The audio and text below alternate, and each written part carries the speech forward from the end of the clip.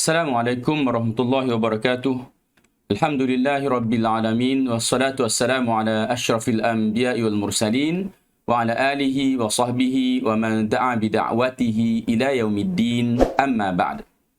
Kita teruskan lagi pembelajaran kita dalam mata pelajaran pendidikan Islam ini, yang mana kita akan bincangkan pula tajuk yang keenam atau pelajaran yang keenam dalam tingkatan 5 ini, di bawah tajuk kepelbagaian bangsa dalam Islam. Kita lihat objektif pembelajaran, membaca dan memahami Suratul Hujurat ayat 13. Yang kedua, memahami tuntutan saling mengenal dalam kalangan pelbagai bangsa. Yang ketiga, menjawab soalan kebat, dan seterusnya menjawab soalan di bahagian deskripsi. Kita lihat Suratul Hujurat. Suratul Hujurat ayat 13 ini, yang mana Ustaz akan baca.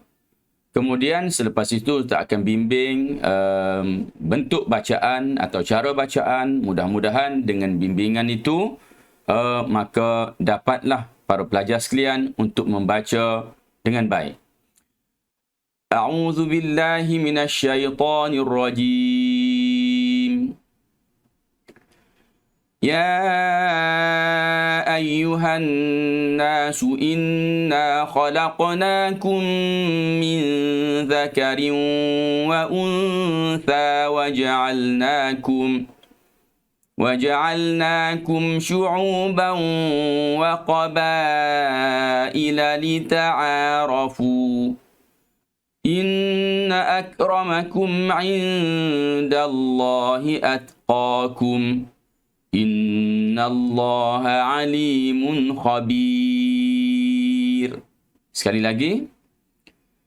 Ya ayyuhan nasu inna khalaqnakum min dzakarin wa untha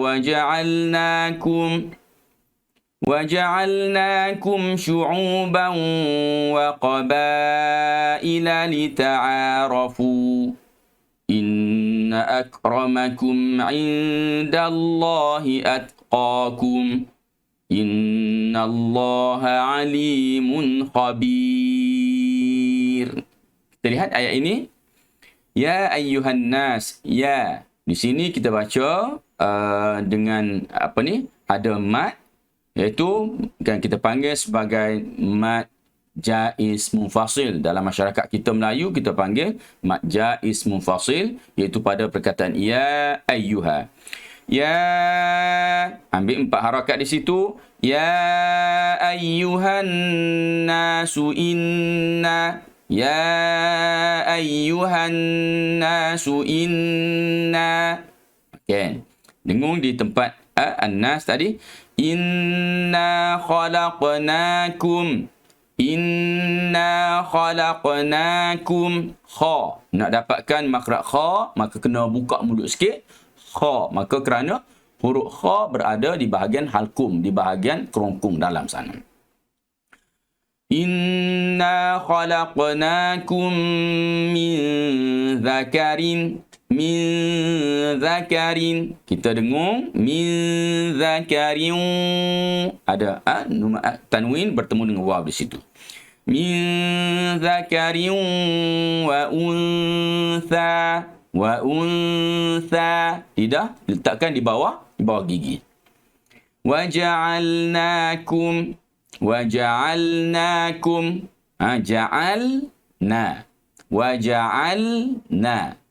Waja'alnakum syu'uban. Sekali lagi. Syu'uban wa qabaila. Pendek situ. Kita la tu kena sambung balik. Wa qabaila lita'arafu. Jangan baca wa qabaila lita'arafu. Jangan buat gitu.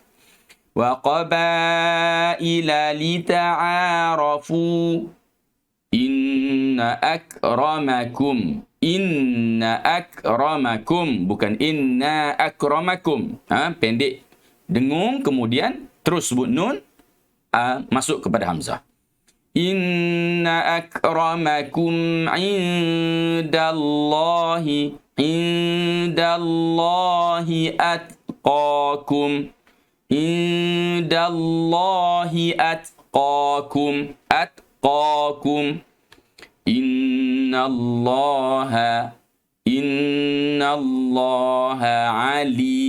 alimun khabir.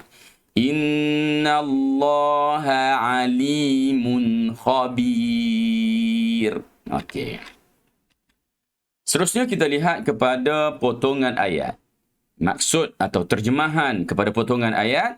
Ya ayyuhan nas, wahai manusia. Ya ayyuhan nas, wahai manusia.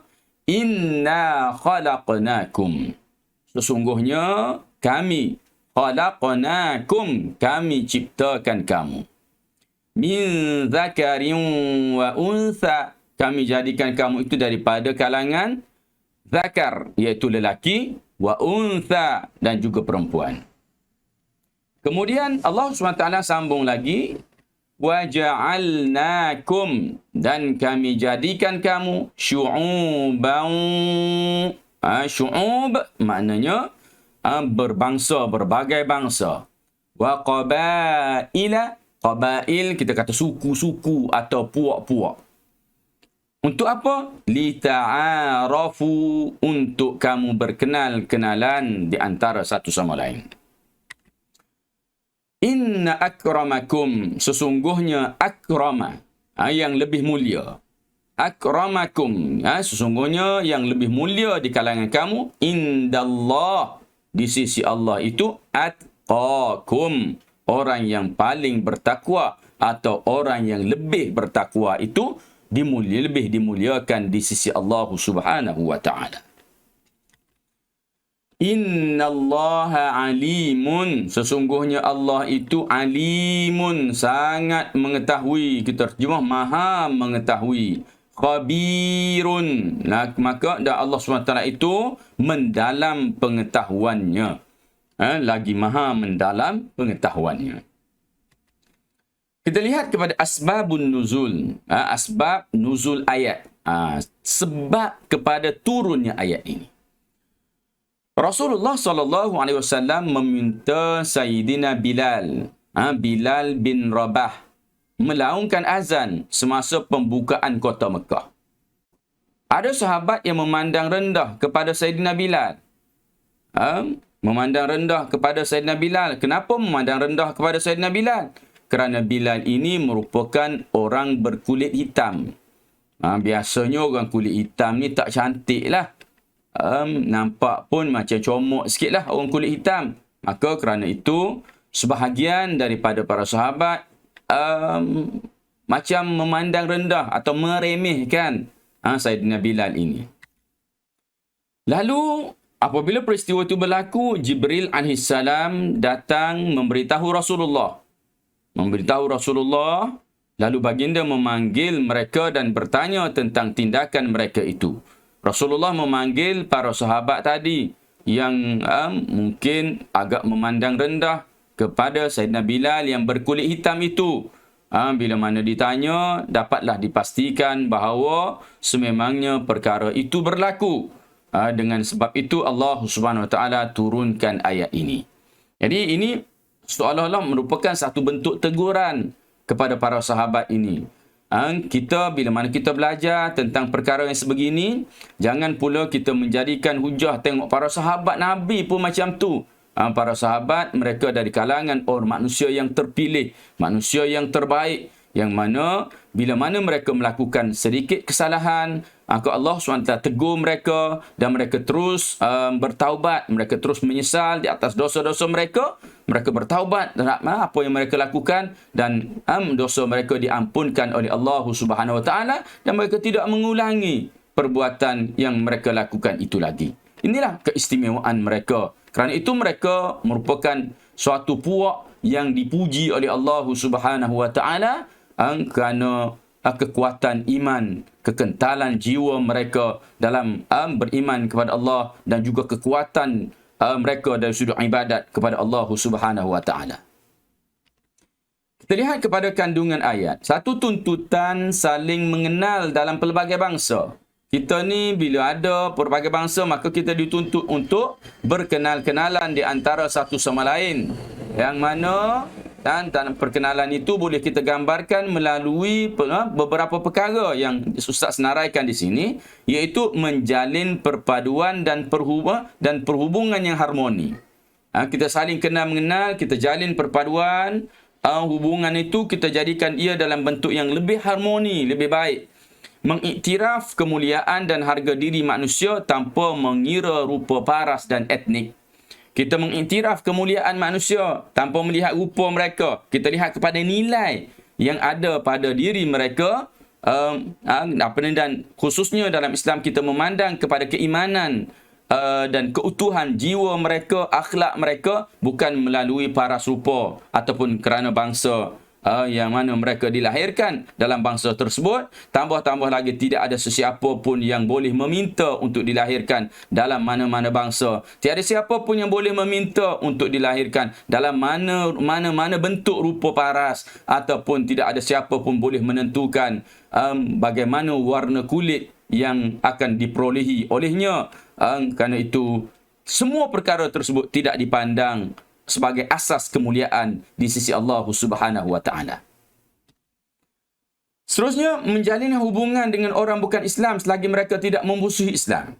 Islam ajar kita berhubung dengan mereka. Sampai bila? Selagi mereka tidak memusuhi, tidak memerangi Islam, maka kita berkawan baik. Dalam masa yang sama, kita sentiasa mengajak mereka supaya mereka beriman kepada Allah SWT. Seterusnya menggalakkan interaksi dan kerjasama yang akan saling melengkapi antara satu sama lain. Kita digalakkan untuk berinteraksi, untuk bekerjasama. Yang mana kerjasama tadi dalam urusan dunia dapat kita lengkapkan diri kita di antara satu sama lain, khususnya dalam keperluan hidup di dunia ini. Jadi selama mana orang yang tidak beragama Islam, mereka tidak mengganggu kita, mereka boleh berinteraksi dengan kita, kita boleh mengambil teknologi mereka, mereka boleh mengambil manfaat daripada kita, maka itu adalah merupakan perkara yang tidak dilarang dalam kehidupan kita beragama ini. Yang kedua, keutamaan takwa. Keutamaan atau kelebihan takwa. Manusia adalah sama di sisi Allah. Manusia adalah sama di sisi Allah. Allah tidak melihat jantina atau bangsa, tetapi Allah memandang hati dan amalan. Dalam bahagian ini, Allah Subhanahu Wa Taala tidak melihat, tidak memuliakan manusia dari sudut rupa paras, pakaian apa atau semua sekali itu. Tapi Allah melihat hati dan amalan manusia. Jangan salah faham bahawa jangan nanti kita katakan bahawa orang itu berpenampilan tidak elok. Penampilannya melanggar hukum syarak, pakaiannya melanggar hukum syarak, perbuatan dan apa yang dilakukan itu melanggar hukum syarak. Tetapi kita bercakap, kita mengatakan bahawa jangan pandang orang tu dari sudut rupa paras dia, jangan pandang dari sudut pakaian dia. Allah tengok hati dia. Dia tu nampak je jahat tapi hati dia baik. Pelajar-pelajar sekalian, ungkapan dia tu nampak je jahat tapi hati dia baik adalah tak betul. Kenapa? Kerana manusia ini penampilan dirinya, apa yang dia tampilkan pada perwatakannya atau pada percakapannya, ia adalah terhasil daripada hati. Apabila manusia itu mempunyai hati yang baik, maka akan terpancarlah segala bentuk kebaikan dalam tindak tanduknya. Kalau ada banyak, dia tu mulutnya pun tak boleh jaga, pasti hatinya sakit. Ada satu bahagian dalam hatinya yang sakit, yang perlu diubati. Jika pakaian dipakainya itu pakaian yang tidak menutup aurat dan juga pakaian yang kita katakan melanggar hukum syarak, maka pastinya ada satu sudut dalam hatinya itu ada penyakit dan ia mesti diubati. Dan bila mana kita katakan bahawa walaupun dia tu nampak buat salah tapi hati dia baik, ini merupakan ungkapan yang perlu kita betulkan, kerana jika baik hati seseorang itu, maka baiklah seluruh anggota yang akan dilakukan. Baiklah seluruh perkara yang akan dilakukan oleh anggota tubuhnya. Seterusnya, meyakini kekuasaan Allah melalui makhluk ciptaannya sebagai asas keimanan kepada Allah. Kita meyakini kekuasaan Allah melalui makhluk yang Allah buat. Allah buat kita ni, Allah buat makhluk dengan itu bila mana kita lihat makhluk itu, kehebatan yang ada pada makhluk tersebut melambangkan kekuasaan Allah, kebijaksanaan Allah Subhanahu wa taala. Cukuplah dengan kita melihat jari kita. Cap jari kita ini dijadikan oleh Allah. Tidak ada seorang pun yang sama di antara jutaan, malahan ratusan juta manusia yang pernah hidup atas muka dunia ini, merupakan ada di atas dunia, tapi tidak ada seorang pun yang pernah sama dari sudut cap jarinya. Ia menandakan bahawa Allah SWT itu maha berkuasa, maha bijaksana mencipta semua makhluk ataupun semua perkara yang ada di alam ini. Yang terakhir, menunaikan hak sesama manusia walaupun berbeza kaum dan budaya. Atas dasar hak mereka sebagai manusia, maka kita tunaikan tanggungjawab kita kepada mereka, walaupun mereka itu berbeza kaum, berbeza budaya, berbeza negara dengan kita. Ia tidak menjadi suatu masalah kerana kita memuliakan manusia atas dasar ketakwaan kepada Allah Subhanahu wa taala, dan layanan kita kepada manusia walaupun tidak beriman adalah berasaskan kepada perintah Allah Subhanahu wa taala kepada kita. Pengajaran ayat, kita hendaklah menghormati kepelbagaian budaya supaya wujud persefahaman dalam masyarakat. Kita hormati kepelbagaian budaya supaya apa? Supaya wujudnya persefahaman dalam masyarakat. Ini kita supaya ni Ustaz lupa untuk warnakan. Baik. Yang kedua, kita hendaklah berusaha memperbaiki akhlak supaya menjadi insan yang bertakwa. Kita baiki akhlak kita, mudah-mudahan nantinya akan terbentuk ketakwaan dalam diri kita. Yang ketiga, kita hendaklah saling bekerjasama untuk membina kehidupan yang lebih harmoni. Kerjasama untuk kita bina kehidupan kita dalam keadaan yang lebih baik, lebih harmoni, lebih bermakna kehidupan kita di atas muka dunia ini. Soalan kehebat. Kepelbagaian bangsa memberikan peluang bagi membina interaksi yang harmoni. Kemukakan hujah anda untuk menyokong pernyataan di atas. Okey, sini kita boleh letak bagaimana kepelbagaian bangsa memberikan peluang bagi membina interaksi yang harmoni. Okey, terus kita lihat kepada jawapan yang Ustaz sediakan. Dapat mengenali budaya yang berbeza. Kepelbagaian bangsa ni menjadikan kita dapat mengenali, tak payah buat intro, terus dah masuk pada isi. Dapat mengenali budaya yang berbeza kerana setiap bangsa mempunyai identiti yang tersendiri. Kesannya akan wujud sikap hormat menghormati antara satu sama lain. Kesimpulannya, kita hendaklah berusaha mengeratkan perpaduan dalam masyarakat agar hidup lebih aman dan damai. Perhatikan pada kerana, kesannya, kesimpulannya kita hendaklah, dan sekali lagi Ustaz datangkan agar untuk membentuk satu keselarasan dalam jawapan. Tujuannya supaya pemikiran kamu dalam nak jawab soalan kehebat ni tak bercelaru. Dah nampak dah rangka dia, kerana kesannya, kesimpulannya kita hendaklah agar ada di situ. Jadi isikan tempat-tempat kosong tersebut untuk membentuk ayat-ayat bagi memberikan jawapan yang baik dalam menjawab soalan kehebat. Jadi seterusnya kita dah sampai ke kemuncak, kita dah sampai kepada pengakhirannya. Jangan lupa untuk jawab soalan di bahagian deskripsi. Jawab soalan bahagian tu untuk memantapkan kefahaman. Pastikan kamu dapat faham dan kamu dapat jawab dengan baik. Dan Ustaz sudahi dengan aqul qawli hadza wa astaghfirullahal azim li wa lakum. Wassalamualaikum warahmatullahi wabarakatuh.